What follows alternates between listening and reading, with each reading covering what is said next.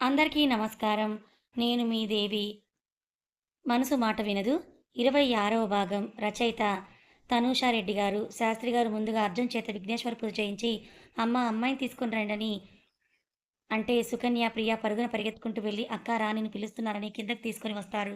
మెట్ల మీద నుండి వినిపించిన మువ్వల సవ్వడికి అందరూ తల తిప్పి చూస్తారు. చెక్కిన శిల్పంలా ప్యూర్ గోల్డ్ కలర్ శారీలో మెడలో లక్ష్మీదేవి పొదిగిన చోకర్, కొంచెం కింద లక్ష్మీకాసుల హారం, చిన్నగా ఉన్న నడుముని ఇంకా బిగిస్తున్న కెంపులో పొదిగిన వడ్డానం, చేతులకు నిండుగా మ్యాచింగ్ మట్టి గాజులు, వాటి మధ్యలో గోల్డ్ లేటెస్ట్ కెంపులు ఉన్న గాజులు, పాపిడ బిళ్ళ, నల్లని కనుబొమ్మల మధ్య మరింత అందాన్ని పెంచుతున్న రెడ్ ప్లేన్ బొట్టు, మగ మనసుని దోచే సోగ కళ్ళకు కాటుక, ముక్కుకి అడ్జస్ట్ చేసి పెట్టిన నోస్ రింగ్, రెడ్ లిప్‌స్టిక్‌తో బాపుగారి బొమ్మలు తగిలించుకొని ఒద్దిగ్గా అడుగులు వేసుకుంటూ వస్తుంటే అందరూ కళ్ళు 2 ఆర్‌షీకే అప్పగించేసి ఉంటే, ఫోటోగ్రాఫర్స్, మీడియా వాళ్ళు క్లిక్ క్లిక్‌మని తమ కెమెరాలని మెరిపిస్తూ ఉంటారు.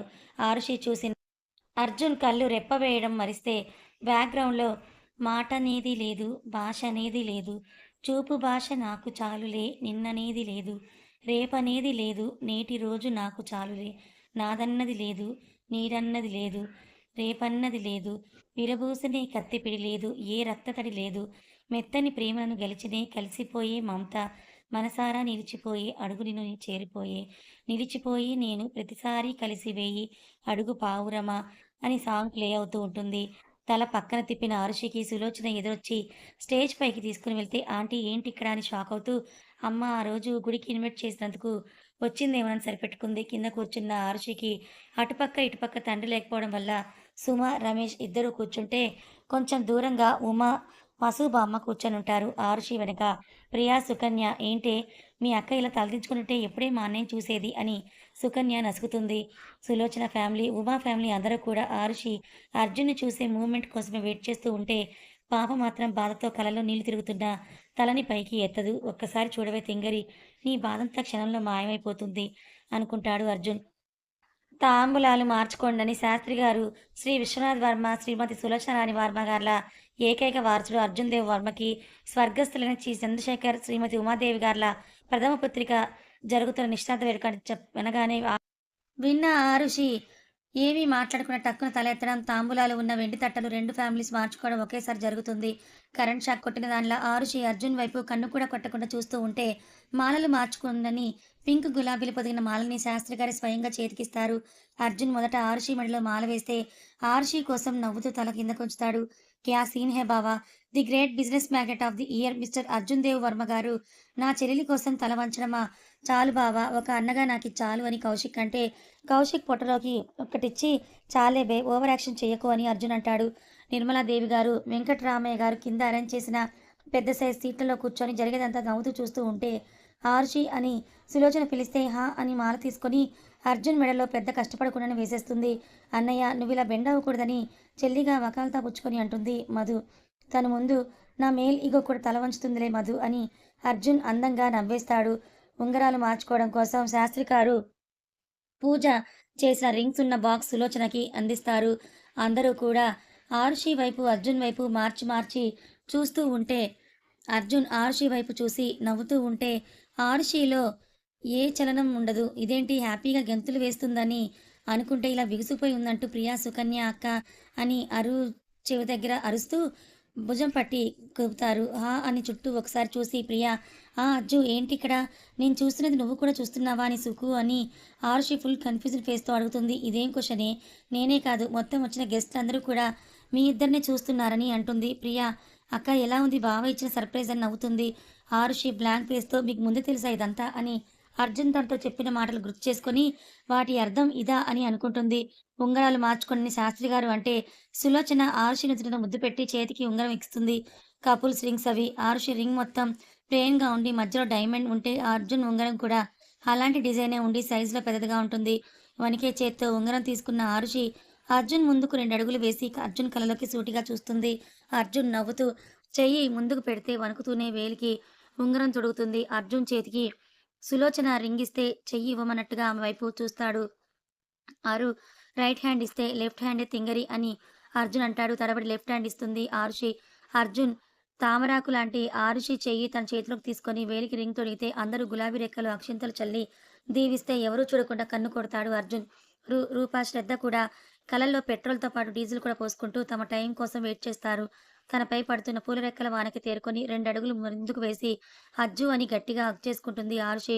చూస్తున్న వాళ్ళంతా నోరు వెళ్ళబెట్టి చూస్తూ ఉంటే సులోచన, ఉమా ఫ్యామిలీ వాళ్ళకి ఆనందంతో ప్లస్ సిగ్గుతో కళ్ళు 2 చెమ్మగిలుతాయి. కౌశిక్, మధు వెనుకున్న పరదా లాగితే మరొక్కసారి ఎర్రపు గులాబీ పూల వర్షం కురుస్తుంది. వెడ్డింగ్ ప్లానర్ వాళ్ళు వెనక స్మోకీ బాంబ్స్ పిలిస్తే ఫోటోగ్రాఫర్స్‌కి అందమైన పోజ్ దొరకడంతో క్యాప్చర్ చేస్తారు. అవేవీ పట్టించుకొని ఆరుషి అర్జున్ గుండెలో ఒదిగిపోయి ముందే చెప్పొచ్చు కదా నన్ను ఇంతలా బాధ పెట్టాలా అని ముద్దుగా అంటూ ఏడుస్తూ ఉంటుంది. నుదుటిన అంటీ అంటున్నట్లుగా ముద్దు పెట్టి ముందే నేను చెప్తే నాకు ఈ స్వీట్ అండ్ గోల్డెన్ మూమెంట్ దొరికేదే కాదు కదా అని గట్టిగా పట్టుకున్న ఆరుషిని చూసి ఇంకా వదలవే అందరూ మనల్నే చూసి నవ్వుతున్నారు అని అంటాడు అర్జున్. హహు నేను నీ తల అడ్డంగా తిప్పి నేను వదలను. ఇంకా గట్టిగా ఖర్చుకుపోతుంది ఆరుషి. శాస్త్రి గారు బాబు అర్జున్ ఇంకా పెళ్ళికి మొదటి రాత్రికి చాలా టైం ఉంది నాయన అని అమ్మాయికి కుంకుమ పెట్టంటాడు. అర్జున్ చిన్నగా నవ్వి పట్టుకో అన్నప్పుడు పట్టుకోవు ఇప్పుడు మాత్రం బాగా పట్టుకుంటావే అని అంటే ఆరుషి అందరూ తననే గుచ్చి చూసేసరికి పక్కకు జరిగి సిగ్గుతో బుగ్గలు 2 ఎరుపెక్కితే తల నేలకు దించేస్తుంది. అర్జున్ ఆరుషి నుదుటిన కుంకుమ పెడితే ఆరుషి కూడా అర్జున్‌కి బొట్టు పెడుతుంది నవ్వుతూ. కూతురి కళ్ళలో నవ్వు చూసి తనెంత పెద్ద తప్పు చేయబోయిందో మరొకసారి గుర్తొచ్చి కన్నీళ్లు పెట్టుకుంటుంది ఉమ. కంగ్రాట్స్ అక్క అని ప్రియ, కంగ్రాట్స్ అని సుకన్య హగ్ చేసుకొని చెప్తారు అర్జున్‌కి. కౌశిక్ కంగ్రాట్స్ బావ మా చెల్లిని పట్టేశావని హగ్ చేసుకుంటే అదేమన్నా చేప పిల్లనా కుక్క పిల్లనా అబ్బే పట్టేయడం అంట్రా అని నెత్తిన ఒకటి పీకుతాడు. సులోచన వచ్చి చుట్టాలను ఉమాకి పరిచయం చేస్తుంటే కౌశిక్, విశ్వనాథ్ విందు భోజనాల దగ్గర ఏర్పాట్లు చూస్తూ అందరినీ కూడా ఇన్వైట్ చేస్తూ ఉంటారు. 10 రకాల స్వీట్స్, రకరకాల కర్రీస్, రైస్ ఐటెమ్స్‌తో రాజుల విందుని తలపిస్తూ ఉంటే చూస్తున్న వాళ్ళంతా కూడా నోరు వెళ్ళబెట్టి ఏది ముందు తినాలో, ఏది తర్వాత తినాలో తెలియక తినడానికి సిద్ధమైపోతారు. ఉమా చుట్టాలంతా కూడా ఇంత పెద్ద ఇంటి సంబంధం ఎలా కుదిరిందో అని అనుకుంటూ కుళ్ళుకుంటూ ఉంటే మరికొందరు చక్కని ముచ్చటైన జంట అని మురుస్తారు. సులోచన చుట్టాలు బాపు బొమ్మలా ఉందని ఆరుషిని పొగిడితే మరికొందరు ఏరికోరి విశ్వనాథ్ స్థాయికి తగని మిడిల్ క్లాస్ అమ్మాయిని ఇంటి కోడలుగా చేసుకోవడం ఏంటో అని ఎవరికి తోచినట్లుగా వాళ్ళు కథలనుకుంటారు. అందరూ ఒక్కొక్కరుగా వెళ్ళిపోతే ఆరుషి, అర్జున్ ఫోటోషూట్ ఇంకొంచెం కష్టంగా, కొంచెం ఇష్టంగా పూర్తి చేస్తారు. కష్టంగా ఎందుకంటే అర్జున్‌కి ఫోటోషూట్‌కి అలవాటే కాబట్టి అతనికి ఈజీగా ఉన్న ఫోన్‌లో సెల్ఫీలు తీసుకోవడానికే 10 టేకులు తీసుకుని ఆరుషి ఫోటోస్‌కి పోజులు పెట్టడానికి అంతమందిలో అర్జున్‌తో క్లోజ్‌గా ఉండడానికి సిగ్గుతో చచ్చిపోతోంది. ఫ్యామిలీ వాళ్ళు కూడా విందుకు కూర్చుంటే ఆరుషి అర్జున్‌కి ప్రైవసీ ఇవ్వడం కోసం ప్రియా, మధు ప్లేట్స్ తీసుకొని వచ్చి ఆరుషి రూమ్‌లో పెట్టేసి వెళ్ళిపోతే ఆరుషి హెవీగా ఉన్న శారీకి, నగలకు, ఫోటోషూట్‌కి అంటూ గంట సేపు నిలబడడంతో పాటుగా ముందు రోజు నుండి ఉన్న ఉపవాసానికి చిన్నగా కళ్ళు తిరగడం స్టార్ట్ అయితే తన రూమ్‌కి వెళ్ళిపోతుంది. విశ్వనాథ్‌తో మాట్లాడుతూ ఉన్న అర్జున్‌ని ప్రియ బావ అని పిలిచి మీరు అక్క ఇద్దరూ కలిసి తినాలని అత్తయ్య చెప్పారు అని అంటుంది. జింక పిల్లగా పరిగెత్తుకుంటూ తన దగ్గరికి వచ్చిన అక్క నిశ్చితార్థంలో హ్యాపీనెస్ అంతా కూడా ప్రియా ఫేస్‌లో కనిపిస్తూ ఉంటే తల నిమిరి ఓకే స్వీటీ మరి నువ్వు తిన్నావా అని అడుగుతాడు అర్జున్. అత్తయ్య, అమ్మమ్మ వాళ్ళకి వడ్డించాక నేను, మధు వదిన, అన్నయ్య, సుకన్య, అక్క కలిసి తింటాం మీరు వెళ్ళండి అని తుర్రున వెళ్ళిపోతుంది. వెళ్తున్న ప్రియాని చూసి నవ్వుతూ ఆరుషి రూమ్‌లోకి వెళ్లి చేతులు 2 ఫోల్డ్ చేసుకొని గడ్డానికి ఒక చెయ్యి ఉంచుకొని డోర్ దగ్గర నిలబడి చూస్తూ ఉంటాడు అర్జున్.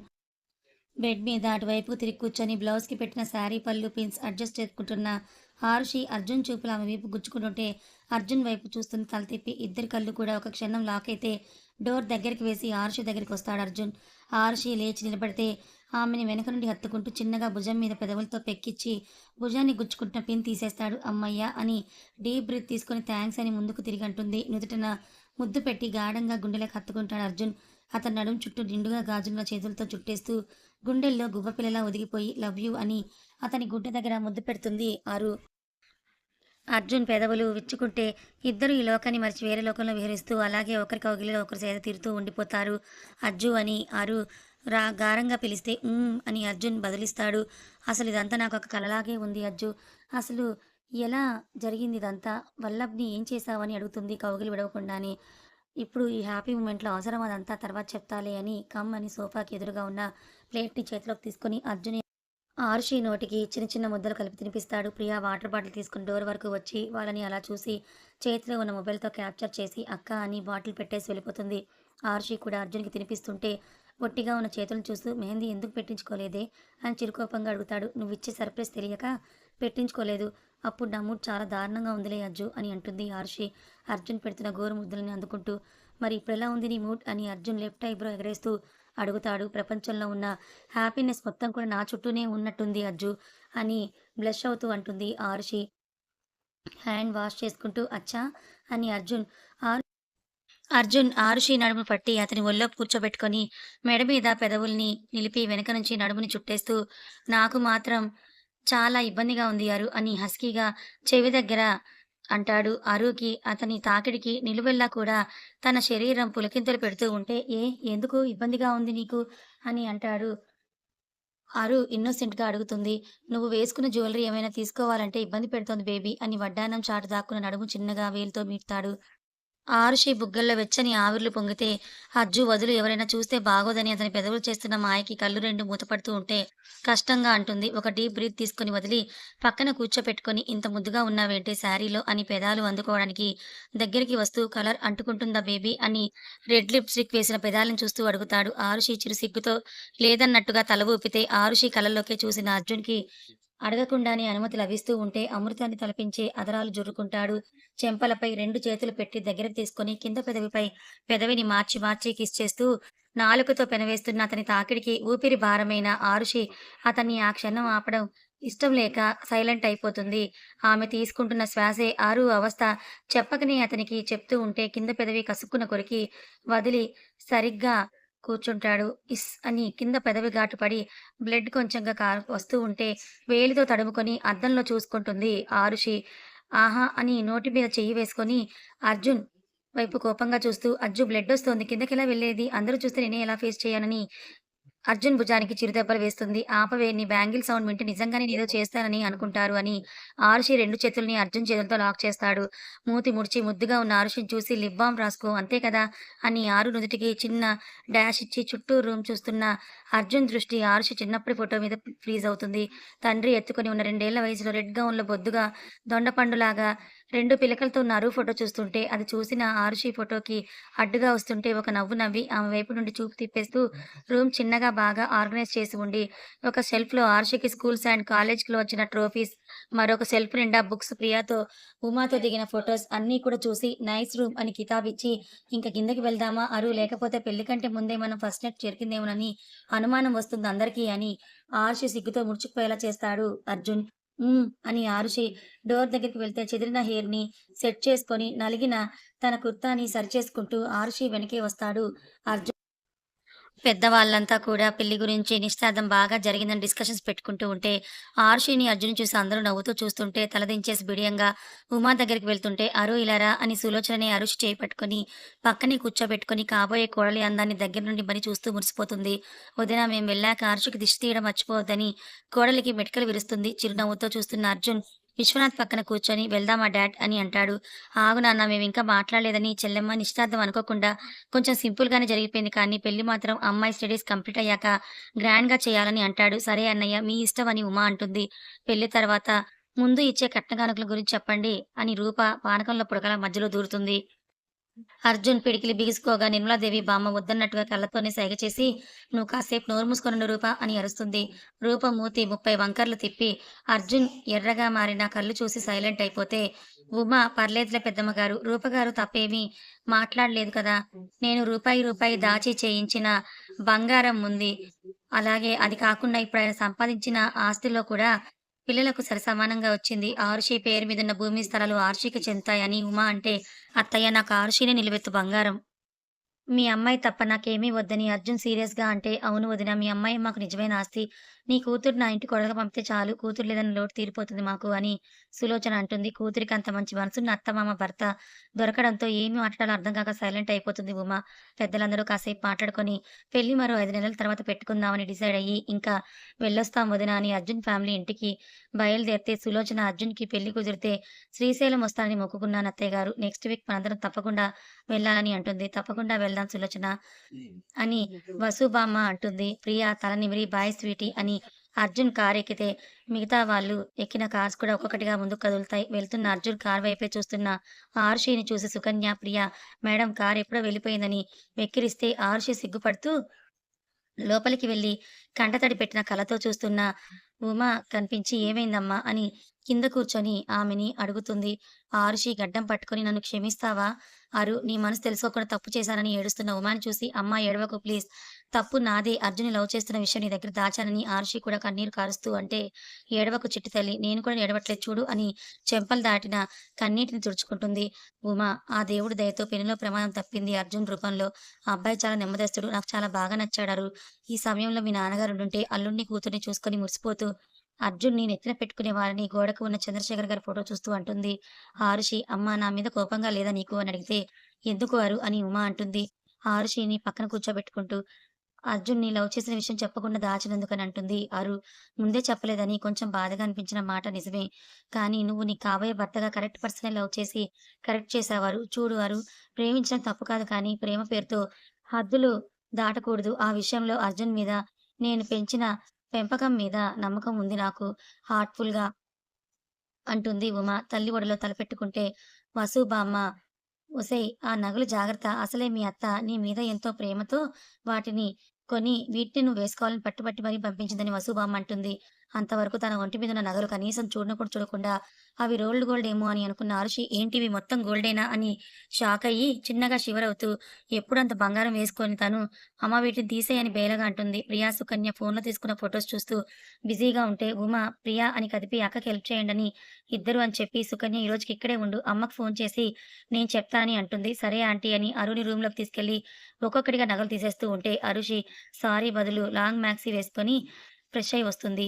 రాగానే మీరు కూడా నన్ను మోసం చేశారు కదా! నిజం దాచి అని కుషన్ తీసుకొని బెడ్ చుట్టూ తిరుగుతుంది ఇద్దరిని తరుముతూ. అన్నయ్య చెప్పకూడదని మాట తీసుకున్నాడు అరు. ఇంకెలా చెప్పాలని సుకన్య అంటుంది. అప్పటికి నేను సుకన్య అక్క నీకు కొన్ని హింట్స్ ఇస్తూనే ఉన్నాము.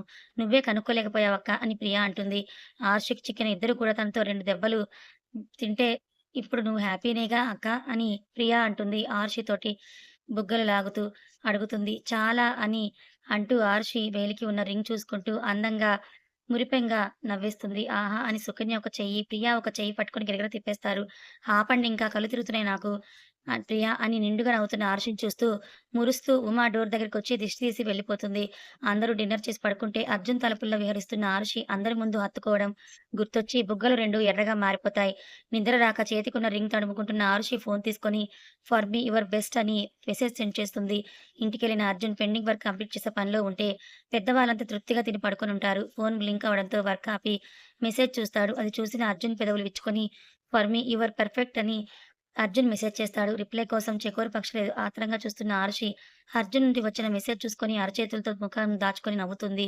Love you so much Ajju అని రెడ్ హార్ట్ సింబల్‌తో సెండ్ చేస్తుంది అరు. మెసేజ్ చూసి బొటనవేలుతో నుదురు రబ్ చేసుకుంటూ బ్లష్ అవుతూ అరు నంబర్‌కి డయల్ చేస్తూ బాల్కనీ గ్లాస్ డోర్ ఓపెన్ చేసుకొని రైలింగ్‌కి ఆనుకుంటాడు అర్జున్.